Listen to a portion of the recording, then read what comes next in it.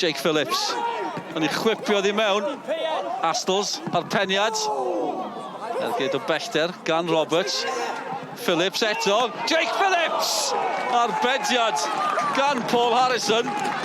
Erioed i sgorio yn uwch gyngor Cymru gyda llaw Malcolm. Oedd e'n meddwl, o'n i'n meddwl, a'i honni fi. Fflint yn dechrau'r penwythnos yn bedwerydd. Dyn nhw'n di ennill mewn 4.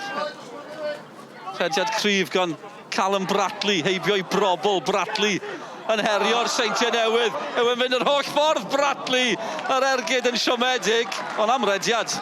Gwych ganddo fo'n just taflu, Sislevic un ffordd a mynd ffordd arall. Bratley di dechrau symudiad yma eto o lan y Fflint. Wel, mae fe'n mewn cornel go iawn fan hyn, yr crysau glas, yr amgylchynu, na un ffordd i ddod allan ohoni. Mae'r Fflint yn dal i fynd. Harrison yn oedi! Par o'r bar! Mor agos, Cydwaladr oedd yno. Maen nhw'n agosau. Mae yna ar ei fian i fi, so fo'n jyst i cyrraedd ryw eiliad bach ar ôl ni, so'r momentum, so fo'n uwch, so fo'n cael mwy o beniad ar ni ac i chyfeirio i well am gyfla. Y Seintiau Newydd, tair buddigoliaeth sy'n angen i sicrhau'r benc campwriaeth. Dechrau tipyn mwy bywiog na ddechrau nhw. Yr hanner cyntaf, Jordan Williams! I mewn mae'n mynd! Mor syml â hynny! Mae wedi cymryd 30 eiliad. Dyw restr ddim yn gallu credu'r peth. Unwaith mae'n chael yn ôl ar ei droed chwyth y fan hyn, de, ti'n gwybod be mae'n mynd i drio wneud. Mae'n agor i gorff, mae'n siapau gorff, mae'n deud ar golwr, dwi'n mynd am y gornel bell yna, ond dwi'n mynd i gael y cywirdeb ac y pwer i gael ei fewn i'r gornel, a mae'n wneud hynna'n berffaith. Am ddechrau'r ail hanner. Leo Smith, sydd mewn o'r dacl gyda'r capten, Hart! Fflint, Sam Hart ar draws y gol! Oddi ar llinell y gol yn y pen draw. Alex Jones am Pêl i Hart. Hart codi ben, mae'n gweld yr hediad gan Cadwaladr. Mae'n sôl fo i pyn bach. Dal i fod mae'n hanner cyfle da iawn i'r Fflint. Ymateb da hefyd os mwy i ddod, Jake Phillips. Peniad ar draws.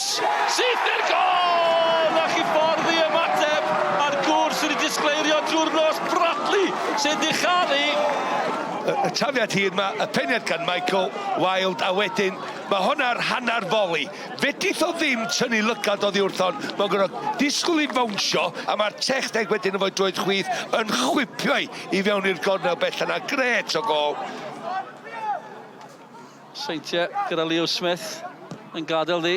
O, mae hwnna'n bereglis. Mae'n arbediad da gan Rushton. Robles, nedwch am ei gol gyntaf tra mor oedd hi bron yno. O, Mariet eto, oddi ar y linell. Dau beniad gan chwaraewyr y Fflint oedd yno. Un ar draws y gol, bron mynd mewn i'r gol. Mariet eto. Pwy sy'n parhau Rushton yn ei gwylio, i gadael ni! Wel, mae gamgymeriad gan y gol geidwad. Dy'r Seintiau ddim yn poeni am yna. Danny Davies, fe sgoriodd e wythnos diwetha, a ddim di sgorio ers mis Awst. A mae'r Seintiau nôl ar y blaen. Mae o'n cael gymaint o amser i wneud i feddwl i fyny Rushton yma hyn. Mae'n cael ei lygad ar y bêl, a wedyn mae o'n colli lle mae o. O, mae'n camgymeriad, a mae o'n gwybod i hun pan mae'n codi, edrych ar ei wyneb o. You know, it wasn't a good start by TNS, and I'm wondering what you said at half-time, because you looked like a different team in that second half. Well, I'd actually disagree with you there. I thought first half we defended unbelievably well, and I think if you took that game last season, I think the strength that we showed, the defending from the front to the back, I think they had we counted 9 corners, I think maybe 7 wide free kicks, 8 throws in our box. Going downhill at that end, it was an unbelievable defensive display. And sometimes I think you have to earn the rights in these games.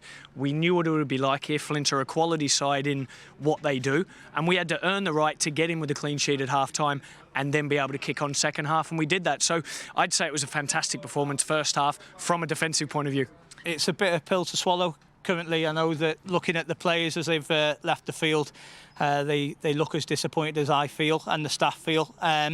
You know, ultimately against TNS, you've got to take your chances when you're on top in the game. I felt that, you know, in the first half against TNS, it's probably as dominant as a team's been against them all season, but we haven't got anything to show for it because we haven't taken our chances. So, probably disappointed a little bit in the goals that we've conceded as well. But, you know, to take TNS all the way to the line as we did today proves that we're in the top 6 on merit and we're worthy competitors for them today.